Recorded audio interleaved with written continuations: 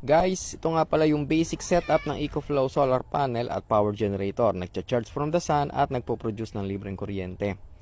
Introduce ko na rin ang EcoFlow Power Stream. Gamit ito sa solar setup para mas lalo makatipid sa kuryente. Isa itong grid-tied microinverter.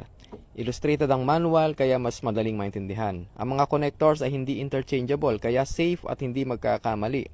Bali yung energy from solar panel ay pumupunta sa power stream and then dinidistribute niya para ma-charge ang power generator at nakaplug sa outlet. Hindi ito kumukuha ng power sa outlet kundi ito ang nagbibigay.